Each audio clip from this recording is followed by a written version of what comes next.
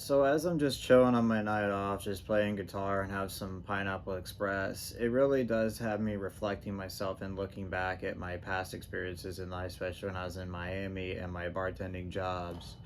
And the previous video I made talk about why nobody wants to work, about the new guy who just quit his job because of exploitation and being told he's too slow at his job when he's brand new, just trying to learn and willing to learn. That's another thing I've noticed about this country after the pandemic. As more and more people are leaving these jobs, the rest of the work and expectations are just pushed to its remaining staff. And I'm just going to cut to the chase with this, as I've talked about it before. The thing I've noticed is if there are limited job opportunities, high unemployment, high inflation, no active nightlife, no cool things to do, and all you're doing is working, and I've noticed, like, when you are working, you're doing twice the work for the same amount of pay because they are so understaffed and have so much expectations and quota. And we are doing twice the work for the same amount of unlivable pay. And when you are not keeping up, they will discriminate you and exploit you and say how you need to go faster. They threaten to fire you or make you stay overtime. And it's literally like what you see in China and third world countries. Like, if you're not keeping up or you fail at something, they fire you and replace you like the snap of a thumb.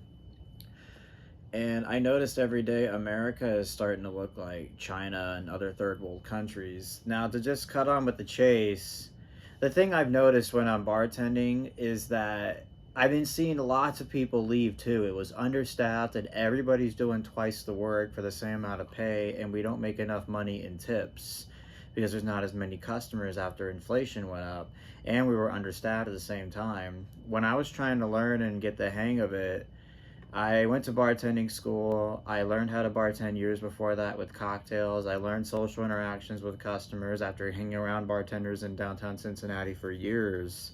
And that's where I learned my skills and getting the hang of being behind the bar and knowing what to do. And all these bartenders would tell me they failed miserably. It took them 5 years to get the hang of it, and that they started out with nothing and didn't know anything. It took them years to get the hang of cocktails, took them years to get the hang of this, took them years to get the hang of that. In other words, they didn't learn it overnight or in a short amount of time, is basically what I'm saying. And when I was at these bars, I've noticed they're like making you do twice the work, if not more, for the same amount of pay. And they have a lot of discrimination. Like, I noticed everywhere I go after a few weeks now, I'm just being me, adapting to the area. They always single me out. And when I talk about being singled out, the Americans that are brainwashed here, complying to the system, or it's just chat GPT bots at the social media with AI, and I'm probably not chatting with real people 9 times out of 10. All those people have probably already commented long ago. But the thing is, like, when I talk about being singled out, they're like, oh, well, it has to be this and this. No, it doesn't have to be. It's discrimination. Unless you've done something seriously bad, that's discrimination, being singled out for stupid things that everybody else does. And I've noticed when you're having a hard time keeping up after a few weeks, they're like, oh, we have to let you go. Like, literally, my first job bartending, they did not set me up to win one bit. Like, my second day was a busy Friday, and my trainer kept running away with no POS number to check out customers. That's how bad this place was.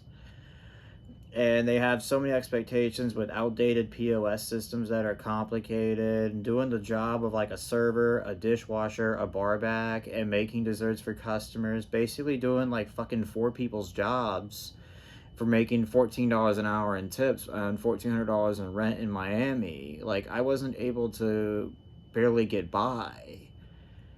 And they have all these expectations and all these quotas and expecting you to go this fast, and never before have I been told, we need to have a little chit chat and we have to let you go because you can't keep up, and it's been 3 weeks, yada yada, and we need faster people. And then my friends would laugh at me and say, well, yeah, it's all fast paced and all that stuff. They basically point the finger at you, and they're like, you're to blame, it was your fault, you didn't work hard enough or smart enough. Basically, the capitalist enthusiasm in all Americans. And when you look at the reflection in the outside of the bars, you're going to notice they are a dying industry. In 2022 and from now on, I have seen and heard stories about every week of bars and restaurants closing in my Cincinnati area alone. left and right. Even in the state of Maine, like one of the oldest bars in, I think, Lewiston closed in winter of 2023. I've been hearing more and more stories of like iconic and historic bars in Maine and Cincinnati and New York and parts of Boston just shutting down and disappearing and filing for bankruptcy. And when I go downtown on Friday and Saturday nights, I've been noticing the foot traffic has been plummeting, and you see bars not as open as much.